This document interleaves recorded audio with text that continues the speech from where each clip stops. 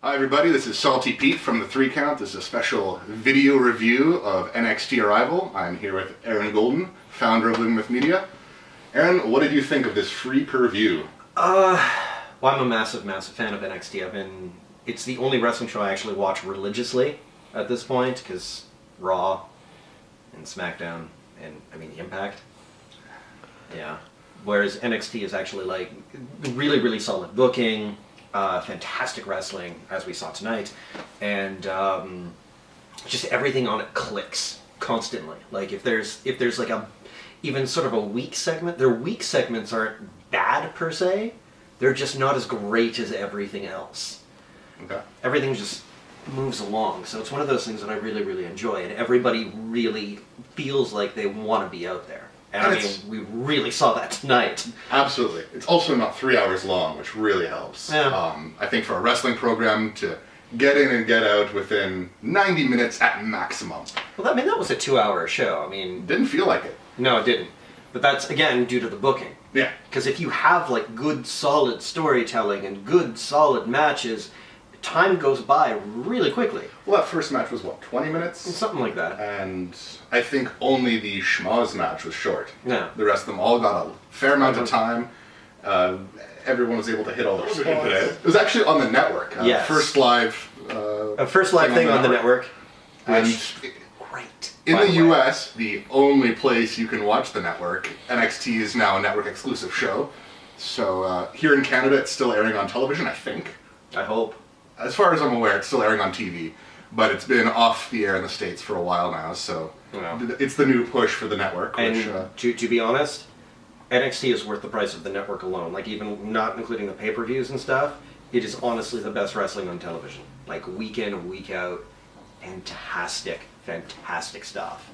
So, when they announced everything that was going on for this show, I got really excited. Because I actually saw that Cesaro Sami Zayn match way back when. I saw Sami Zayn when he debuted and actually beat Cesaro within a minute. And it was Cesaro looked so angry. It was great. I think we actually live tweeted that. We live tweeted that show way back when.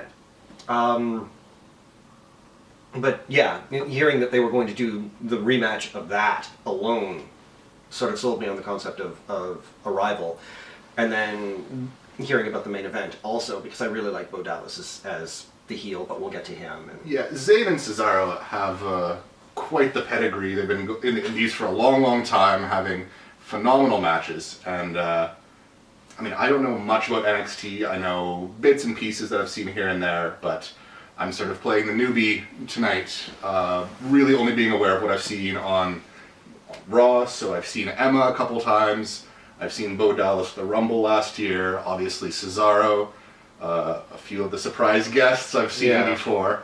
But let's talk about the matches. First, Sami Zayn and Antonio Cesaro. His name is just Cesaro. Yeah. Well, Antonio is not a very masculine sounding name. So he has to be removed. Yeah. And, now that he's just Cesaro, he will hopefully get pushed to the main event and stay there, because dude can have good matches with anyone. Absolutely anyone. It's amazing what that guy is capable of. I actually mistakenly believed that this was going to be another 2 out of 3 falls match. So, we hit the 15-minute mark, and we're all like, is this 2 out of 3 falls? Because if so, I hope they just keep going. Wild high spots on the first fall, and yeah. then they're just exhausted. The second one is immediate, and the third one they don't even bother. They do it Mexican style, where it's just, he wins 2, that's it, everyone's too tired. Yeah. But this was like a 20-minute match, and... Oh my god. Yeah, as Canadian I said... Destroyer. There was a Canadian Destroyer. We were joking about how every Canadian knows how to do the sharpshooter. It's just something that is inbred into our genetics at this point. So, Bred in. Inbred means that the Canadians all bang each other, presumably doing the Destroyer while it happens. But anyway, the match. Holy God! This is all being edited out. We're starting over. None of this is making it to air. Are you sure? Because character building, this has been pretty great. What a match! Yeah. What a match! Probably match of the year thus far. Cesaro, both of them actually have such such an ingrained understanding of psychology and how to tell a story within the context of a fight. Absolutely. I mean, there was the one spot where Cesaro was hitting the European uppercut. Yeah. And Zayn would sell it by flat down, face down the mat for 15, 20 seconds, slowly getting up. For those of you that don't know what a European uppercut is, you sort of move in close and you're uppercutting, but you're hitting with your bicep. And it looks like you're trying to destroy the person's jaw and neck. And for a couple of those, I believe that he was destroying the jaw and neck. It makes it look like he is legitimately trying to murder his opponent. Cesaro, to give you the idea, imagine somebody drawn as a superhero, but then bring that drawing to life, and you have Cesaro. And then give him actual super strength, and that is the guy. His strength is absurd. He's like Brock Lesnar if you just compressed that muscle and jammed it into a much smaller body somehow. And gave him much more of a personality, that other than, Hulk smash. There's nothing wrong with the Brock Lesnar Hulk smash. I love the Brock Lesnar Hulk smash. I cite Lesnar versus Levesque's office. But Cesaro has this ability to wrestle anybody, and he has a lot of power offense, and he hits his power offense on guys that are much larger than he is, and guys that are much larger than he should be able to hit the power offense on. He once picked up Mark Henry and slammed him down with a neutralizer. A 400-pound man is Mark Henry. He did it to the goddamn Khali, the redacted Khali. I mean, wow. I'm just surprised Khali didn't burst into a million pieces, making the dry bones sound effect. That would be, yeah. Little xylophone. But anyway, that's not the match that we're here to talk about. No. We're here to talk about the match that actually happened, that we watched. Yes. It was very good. Sami Zayn, he is also incredibly energetic. So he hits stuff that doesn't look real. It looks like you should need wires to do some of the things that he does. Just interject for a second. He takes lots of offense and makes it look really good, but not in the Mick Foley sense, where he has to take huge amounts of physical damage and legitimately sell it. He takes a regular move that a worse wrestler would just sort of lie down, and he looks like he's dead. Yeah. And it's a treat to watch. So, yeah, those European uppercuts, Cesaro's sort of got him, and he's hitting him with these uppercuts, and Sami is just crumbling.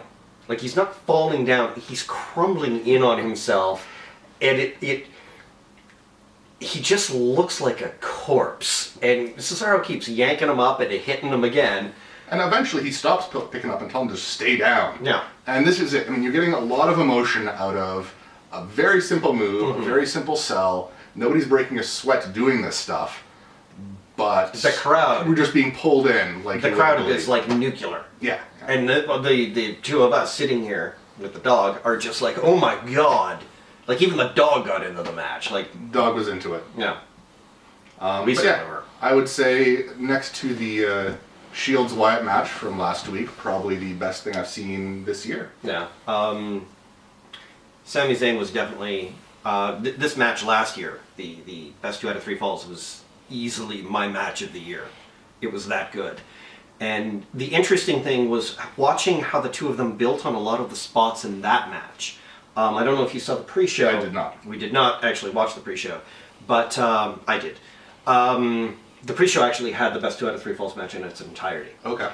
And so having seen it again recently, I was able to see how they were building off of the story they told in that. So a lot of the spots that were going on in this match were actually counters of spots that were done in the previous match. Like the Bret Owen victory roll. Yeah.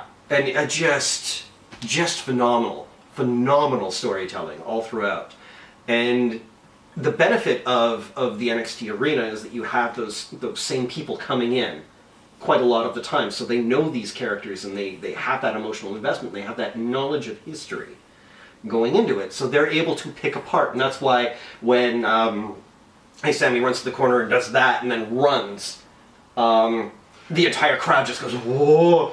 So what he did is he ran and jumped between the first and second rope on the inside of the turnbuckle and through. And so the first one, I assume he just tackled Cesaro? He did a tornado DDT out of that. Jesus Lord. He did a tornado DDT out of that. It was perfect. I have to look that up as soon as it was phenomenal. It was incredible. It was, again, like, it looked like a special effect. It did not look physically possible, and yet he did it. So, in this time, Cesaro sees it coming and just goes in and just Shoryukens him with that European uppercut. And again, Sammy takes it and makes it look like his neck has just been snapped, and now he is a limp corpse. He just stopped his forward motion, just sort of lay there on the ropes for a while. Yeah. It's really something. So it was, wow. So we can safely say, even if you don't watch the rest of the stuff, if you're not interested in NXT, hunt this match down, watch it. You'll probably watch the rest of the show, but it is... If you like wrestling, really you really should be watching NXT. I'm just going to throw that out there, because there is nothing else on TF television that actually hits it. Like, when NXT is hitting on all cylinders, like, there's no bathroom match. There's no space for you to go to the bathroom or make a sandwich or do any of that shit, because there's no filler. They don't have time for it. End of the match. The build-up to this match has actually been Sami Zayn coming back from injury, having just lost a title match. One time due to bullshit, and the second time due to just, losing the match. But coming back from injury and challenging Cesaro and saying, listen, my first night here I beat you, we had that best 2 out of 3 falls match, and you beat me. And that match was called the match of the year by a lot of people. We should have another one to sort of settle things. And Cesaro being like, no, you're not worth my time. And Sammy continuing to chase after him, and Cesaro continually going, listen, I'm above you. A big shot now with Jack Swagger. Yeah. Or, no, like, just being like, listen, Sammy, you're going to have a great career on NXT. And Sammy's sort of pushing for it, and finally Triple H comes out and it's like, nope, the two of you are having that rubber match on Arrival. But Regal really drove home the point that Sami Zayn has wrestled all over the world. On his tights, he's got 26 different flags, and those are all different countries that he's wrestled in. And with Sami Zayn, they were really getting across the idea that he wrestles for the respect of the other wrestlers, sort of like a wrestler's champion, which, that would be an incredible gimmick. But, so when Sammy loses, he looks so devastated and so hurt, and Cesaro walks off and sort of like does his, I am the best thing, and is walking up down the ramp, and he gets halfway up the ramp, and he turns around and is doing his We the People shtick, and, looks at Sammy, and then sort of starts walking back, and, Cesaro, big heel, you're thinking, oh god, he's going to do the continued beatdown thing, and he sort of looms over Sammy, the fallen Sami Zayn. And Sammy just sort of throws his arms wide and sort of looks up at him and looks down and just looks like he is about to fall apart. He is so upset by having lost this match. And Cesaro reaches down, grabs him up, and you're like, oh god, he's going to kill him. Instead just pulls him into a hug, drags him into the center of the ring, and just holds him. And the two of them end up talking, and you get the... That was actually prompted by the crowd too. There's a loud hug it out chant while Cesaro was staring at him, so... Everyone got to go home happy at the end of that match. And that was fantastic.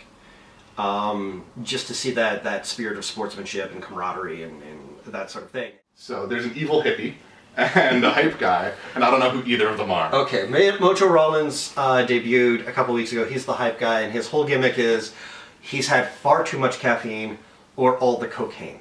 But he's done It's PG, it's caffeine. Okay. Or maybe air quotes caffeine. Okay. He's got a lot of excitement in his sinuses. He has Jolt Cola'd his way to superstardom. And CJ Parker cut a promo where he was like, all you people are responsible for killing the earth. I'm here to spread love, but you don't want love. All you want is hate. All you want to do is destroy. And if that's the case, I'm going to beat the love into you. And it was actually pretty great. So we basically got meth versus marijuana in a match, and meth won. Meth always wins in that fight. You can do that 1,000 times, and pot would not win once. It's just a science fact. This was maybe the one dud match. When I say dud match, I mean... Like, it's not a bad match per se. It's just not nearly as good as everything else on the card. If it was a Raw, it would be just another average match. It would be just one of them on the card. But because the level is so high with everything else, this is the That's of the actually group. That match is honestly as bad as NXT gets. Oh, that's praise. Yeah, which is saying something, because the match was still good. Don't get us wrong. Just wasn't nearly as good as everything else. This match was there. It happened. And then it ended. Those are the 3 facts you need to know about this match. The Ascension have a really, really cool intro. I had not seen it before. Love the Ascension. The Ascension was actually 2 other guys beforehand, and then one of them got hurt, and then Conor O'Brien was sort of running around as the Ascension by himself for a while. Did they always have that same gear? Because I've seen pictures of a guy that has a huge collar. Yeah, and that was seems Conor. like them. Okay. Conor O'Brien had that trench coat thing, which he should go back to, because, oh my god, that is a look. These guys both have the classic 80s, like Legion of Doom, big muscle-up guys look. They're a fair amount quicker than the Legion of Doom. Yeah, they're Gothic warlords. They sell a lot better than the Legion of Doom. The Legion of Doom sold? No. But Victor, I didn't really get him at first, and then he's slowly begun to grow on me, and I really have come to like what he brings out in Conor O'Brien. The 2 of them really work well together. And with Undertaker sort of getting up in age, I mean, the going joke now is that Undertaker looks like Ascension's granddad. You could actually with the haircuts, yeah. Yeah. I will say that the Ascension, I'm not as high on them as you are. They seem to be, I don't want to say generic because that's not correct, but they don't have that sort of super athletic indie flavor that seems to be the NXT vibe. Because you look at the rest of the guys in the NXT roster, at least the ones that were on tonight, and they're all a little bit smaller, a little bit more athletic, and this is a bit more of a throwback, like I said, sort of 80s style. The Ascension tends to wrestle a very, very stiff, hard-hitting style. And they were fighting Too Cool, who we haven't seen in the WWE since, like, what, 2002? They were on Raw, like, 2 months ago. Yeah, well... Beyond that. Yeah.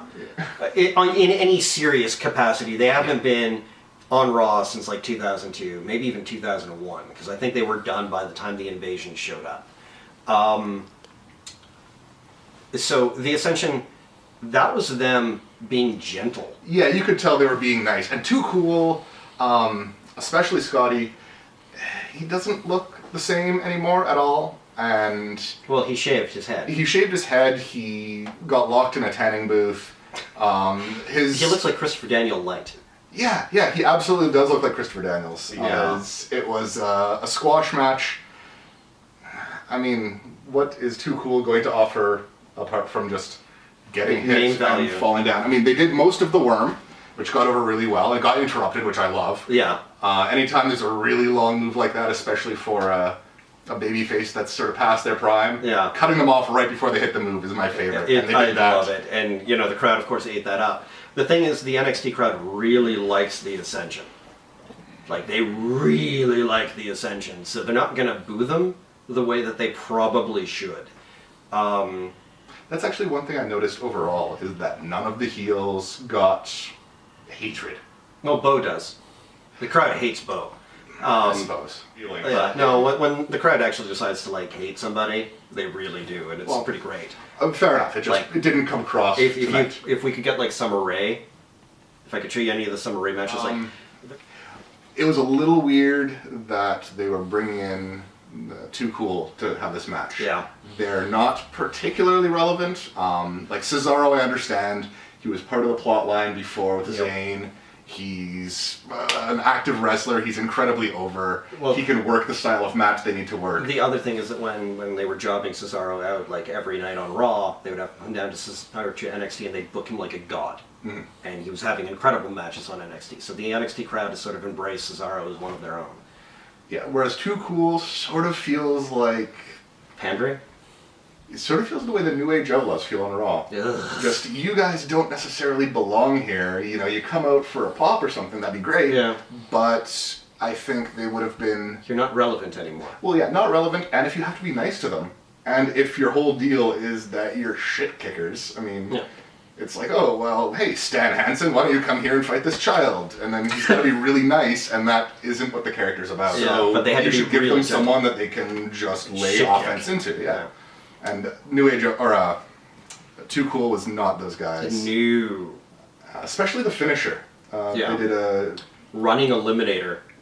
Yeah, which looks Spear like it could be Eliminator. very cool. Oh, God. But it was a little light, and it sort of looked like he did a flip on his own with guys rolling around him. Yeah. But, They very clearly did not want to hit Scotty with that move because they would have broken him. Well, Scotty has to go to work in the morning. Yeah. So, it's not easy. I need to interject for a quick second because the Divas division on NXT is fantastic, and whoever is booking it needs like a commendation or an award, or at the very least a shout out, because you have done a phenomenal job of making that division matter. To that end, every diva on that division has done a fantastic job of building an individual character and having a reason to be there. Now, Paige is the first Divas champion on NXT. Yes. When did the title appear, and what was the circumstances behind the title? The reason was that Paige was getting a louder reaction than most of the males on the roster. Still are. Paige pretty much slaughtered her way through the tournament. She just killed everyone. Ended up she had a massive feud with Summer Rae. That honestly, if NXT had a pay-per-view, that would have been on their pay-per-view. It was better built than pretty much. It was better built than almost every match going into WrestleMania this year. Not Summer Rae saying Page. a ton. I know, but we're here to talk about Emma Page. yeah. Emma Page was actually the final match in the tournament. Okay. So Paige won that match, became the first champion. They've met a couple of times since then. They've ended up actually fighting back-to-back similar opponents, or the same opponents. So like, you had Emma versus Natalya, and then you had Paige versus Natalya, and you know Emma would win and Paige would win, and they've sort of built them up as respectable rivals. Okay. Like if Emma is getting triple teamed by, they've got a heel faction, a legitimately threatening heel faction of divas on NXT called the BFFs. Yeah, beautiful, fierce females, and like they'd be triple teaming Emma, and Paige would come to the rescue, kind of thing. Okay. And Paige and Emma still don't like each other at all, but there's like a mutual respect thing going on. That was the whole principle of this match. Paige was off TV for a while. I think she was hurt. Now, you were saying when she came back for this match, her gimmick was a little bit different, and you didn't seem impressed with how it's different, as you can tell from your loud sighing. Yeah. Paige's whole thing is that she is not a diva. They did a whole thing on it where she was like, I'm not a diva, I'm a vixen. I'm not here to be a pretty person, I'm here to hurt people. So to that end, like, she never wore makeup, except for like copious amounts of eyeliner and eyeshadow. Just dressed in all black, came out very angry, had like this really dramatic, angry, violent theme music, and they changed her theme music to something that was not quite as harsh. It wasn't angry or violent. It was wrong. And then they added, she didn't have like the heavy eyeliner, instead she had actual lipstick, and I think it might have been the first time she ever wore lipstick, because like it was all over her teeth, and it was just over her teeth. Like, and I was joking about how like if she had black lipstick on with the red on her teeth, that would actually look good, because it would look like she had eaten somebody before coming out to the ring. Do you know? Also, Paige should probably go by her actual name, Soraya Jade. Just throwing that out there, because that's her real name. It's a great name, but you can't own it. If she leaves the company, she can still use her real name. Well, yeah. Also, you can't call her finisher the Paige Turner and have it make sense. No. Unless her last name was Turner.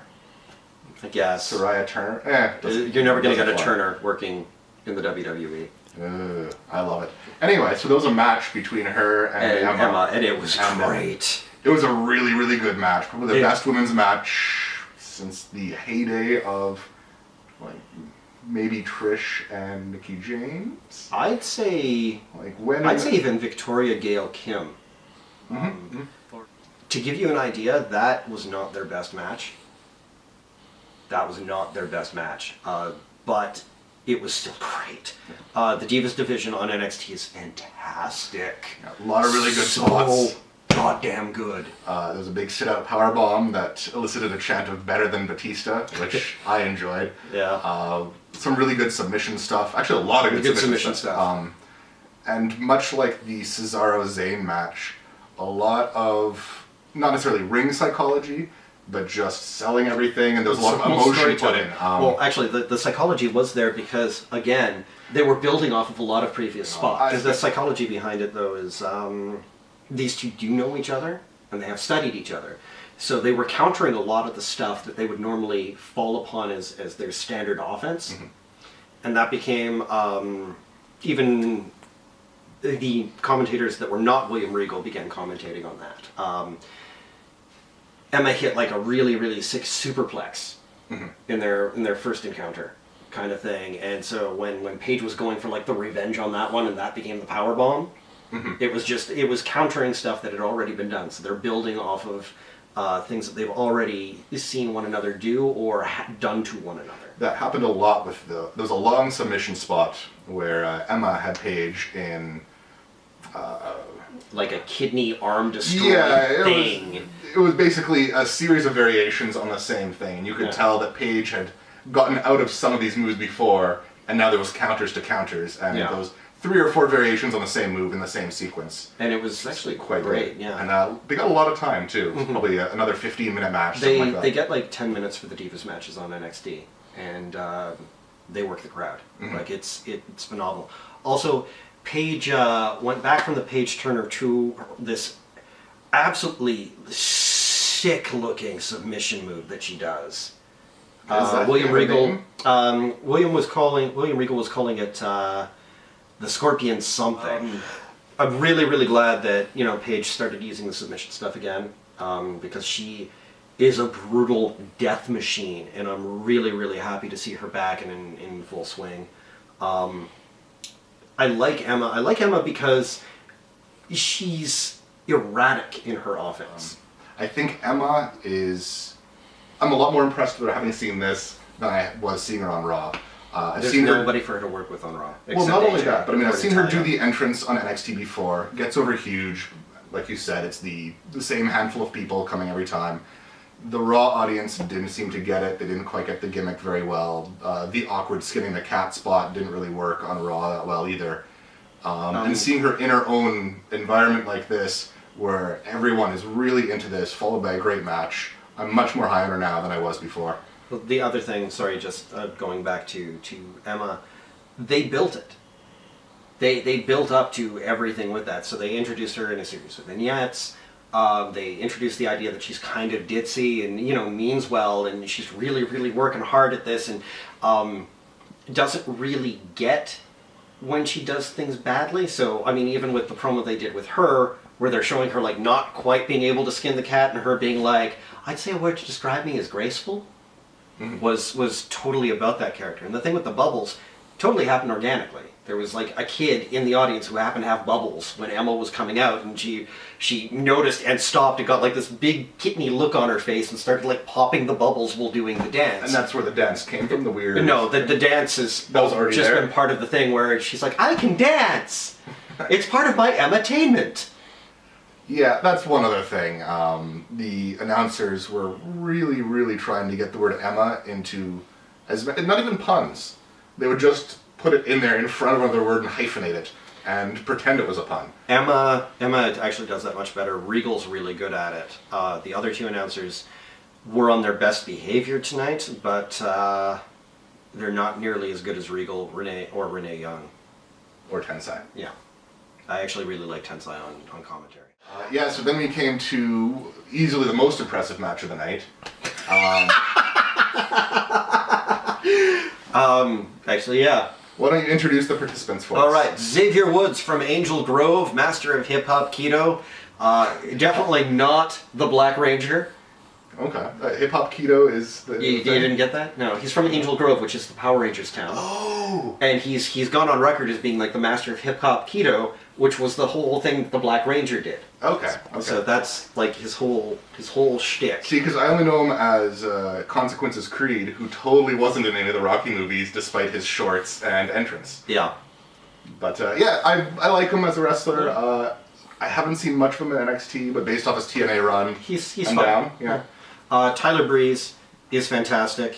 He came out next. His whole gimmick is that he does selfies. The thing I really like about this is that he's doing the selfie as he comes out, and it's being broadcast live to the big screen behind. Yeah. So and he does blue steel the whole time. he absolutely does. And it's great. It's pretty good. So the two of them get to the ring. Look like they're about to lock up. And Rusev! Oh shit! It's Rusev! And I love this guy. I wish he'd go back again to his older tights. He had like this sort of like brown '80s Conan the Barbarian style. Yeah, thing some sort of going. gladiator thing. And right? and he'd come down with a 2x4 that had like his opponent's name on it, and he busted over his knee and then destroyed the guy. So Jim Duggan is a guy that still wrestles occasionally, and he's under contract. Mm-hmm. Any chance of them doing that and having a one-off match, you think? Wish. Or I would Jim could Duggan only die in this match? Jim Duggan is impervious to pain. He is basically... But I think, I would love to see that match. And Jim Duggan's Twitter is fantastic. But really, really good to see Rusev just kill a couple of guys. He just kicks the Christ out of both of them. A few really stiff kicks. Something that looks sort of like a black hole slam, but it starts from a sideways fireman's carry. Just very, very cool stuff. Speaks in Bulgarian, no English. Phenomenal. I'm excited for presumably the day right after Mania where he will come out. And I'd rather, I'm maybe that's when he'll fight Jim Duggan. That would be Jim great. Duggan will come out for a feel-good promo and get his head caved in. So, main event time. Mm-hmm. Big ladder match. First ladder match in NXT, as I understand. Ladders actually have cool little caution tape on them. NXT colors? Yep, absolutely. I like it a lot. Black and yellow like bees. So, we're about to go, and out comes HBK, Shawn Michaels. He cuts a very funny promo. Clearly he was scripted, but went off script the instant he walked into the ring. Talking about how he doesn't know that children cost money, and he had a DVD down his pants that he was trying to sell. Which really makes me miss old DX Shawn Michaels. Shawn Michaels comes out, cuts a promo, talks up how ladder matches have defined his career and will theoretically define the career of these two guys. They do a little backstory for Bo Dallas, which I loved because I saw Bo Dallas, like I say, Royal Rumble, and then shortly after he did a little bit of a thing with Wade Barrett. I kind of thought he was just a bit of an asshole and not a very good babyface. And I guess the guys at NXT thought the same thing because they turned him heel, but they didn't tell Bo Dallas that. So he thinks everyone loves him and everyone hates him, and it's just great. They had badly photoshopped pictures of him. He turns like every crowd chant against him or every sign against him into something completely different. So the crowd will chant things like "No more Bo," and he'll add K and W to "No," and they'll be like, "My fans just want to know more about me," and give you the fakest damn smile you've ever seen. I just want to punch those teeth out. Yeah, it's so good. Crowd hates him, and hates him in the best possible way, which is great because he's actually quite good. And so he was facing, I hope I don't scoop his name, Adrian Neville. We've been calling him Neville Sinclair. Yeah, and I've been that's calling awesome Neville Sinclair because the Rocketeer. A hidden Nazi is a great villain, but he's the babyface. He's also the man who gravity forgot, which is the best tagline for a wrestler ever. Yeah, absolute top shelf. Yeah, and he's a hell of a wrestler. They did a promo package for him where they showed him hit his finisher, the Red Arrow. Yeah, and they did it in super slow mo. And something that I noticed that they never do on WWE TV is they showed the move from start to finish in slow motion. Normally they'll start in slow motion, and then when there's going to be impact, they speed it back up, which is really anticlimactic. I know why they have to do it, but for a move like that, where he's actually just landing on a dude, they're able to show it the whole way, and it looked really, really impressive. Yeah. Well, everything he does just looks really, really impressive. He's an incredibly crisp, incredibly gifted wrestler. And really big for a guy that does as much acrobatic shit as he does. What did you think of this match, Aaron? I loved it. Ladder matches tend to be giant spot fests more than proper stories. This was no exception. Yeah, really. I've seen these two wrestle a bunch of times on NXT. I love Neville. I've loved him since he was a tag guy. I loved him with Corey Graves. I loved him when he was on his own. I continue to love him now that he's on his own. I really, really am happy that he is the NXT champion, fourth NXT champion. But this was a very, very good match. A lot of creative moves. It wasn't particularly dangerous, which I like to see. Yeah. Not a lot of guys going, from tall ladders to the floor or anything like that, but just a lot of creative spots. A lot of innovative spots, too, because normally with ladder matches, like they've sort of done everything that they can do with a ladder, and you don't really see too much. Like, every now and again, there's a ladder match that kind of changes that. But this one had a lot of really interesting things done. They did borrow from Benoit Jericho, which I'm perfectly okay with, and they did borrow from a couple of the Money in the Bank matches, but they did a lot of stuff that I haven't seen before. And I blame that mostly on Neville and his ability to just pull shit out of nowhere. One spot I thought was very simple, very good. Bo is on the outside with the ladder and comes running up to the apron to try and hit him in the head with the ladder. Yeah. Moves out of the way, ladder just scoots right to the middle. And there's a lot of really good placement spots like that. Getting ladders where they need to be. There was one that was stuffed up between the ropes that was just left there for a long time. Yeah. A guy got chucked into it once, and then later he did an acid drop. Yeah. Or it wasn't an acid drop, it was into a DDT. Yeah, tornado DDT. But a lot of stuff like that, where it's more about having ladders around rather than hitting people with them or climbing up and having the punches at the top. Yeah. Very little of that. It was more like a regular match that had ladders for a little bit of spice, rather than, we need to come up with 50 spots that involve ladders. Which I really, really liked. It was clearly a lot of work to do because, they had to work out that placement ahead of time. Oh, yeah. And, they really hit everything perfectly. Kudos to both of those guys. They put on a phenomenal show. Yeah, it wasn't as spotty as most, but it was a very, very well-worked match. Like you say, very well planned out, and new champion. Yeah. So send the crowd home happy. Absolutely, yeah. And John Cena was impressed. He stood there clapping like a RoboCop for about 10 minutes. The question towards me is, now that Neville is champion, who would I like to see him fight against? Which, is better for me because I watch the show. Interestingly enough, over the past couple of months, they've kind of tied Neville to a whole whack of different people. So we've seen Neville versus Sami Zayn. We've seen Neville versus Tyler Breeze, Bo, obviously. And he's got a ready-made storyline with Corey Graves, where Corey actually beat him a couple of weeks ago.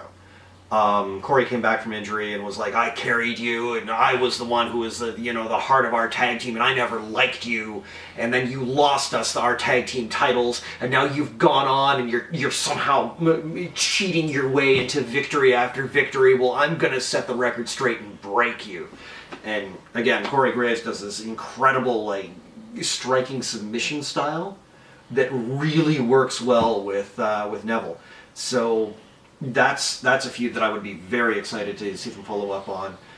Tyler Breeze is, again, phenomenal, so I'm always happy to see him in anything. My question was whether I thought the main event was the sort of proper main event, and while I think Zayn-Cesaro was definitely a much better match, like I said, that was the best one I've seen all year so far. It's only February, but still, very, very good match. I think that one worked beautifully as a opener, got the crowd into it, really set the stage well. This was going to be a hard-hitting show, and frankly, if you're going to have a ladder match for your main title, that has to go on last, especially if the babyface is going to win the belt off the heel. That's just good booking, even if the match itself isn't the best on the show. You can see this again, April, when Batista and Randy Orton will go on after matches you want to see. Oh, really? What matches? I liked it. I also liked it. As someone who hasn't watched much NXT, this is very good introduction, and I think to be the sort of flagship show of the network, because I think it's the only first-run show that's a network exclusive. It's really setting the stage nicely, and if I didn't have the network already, seeing this pay-per-view would certainly encourage me in that direction. That being said, I thought it was a very good showcase of everything that is NXT, and I'm really, really hoping that they continue with that level of quality, which I'm sure they will, because they have so far. I was incredibly happy with everything that happened tonight, so kudos to the WWE for putting on the best wrestling show, like top to bottom, I've seen in a good long stretch. Very good. Well, I'm Salty Pete for the 3 Count. Aaron Golden for Living Myth Media. We'll see you later. Peace out. We know it was Full Sail University because we plan on actually trying to go there at some point to see an NXT live event, because that would be great. Hey, WWE, if you feel like forwarding us tickets, we will happily go and review your event. And by that we mean plane tickets from the exact opposite side of the continent. I'm sure the ticket to get in the door, we can handle that part on our own, but get us there. Seriously, not gonna be paying for that flight. You're editing this, right? I mean, oh God, am I ever? Take the hour and a half down to. That's okay, guys. I didn't need to sleep till 2 a.m. That's totally cool. Fuck you both.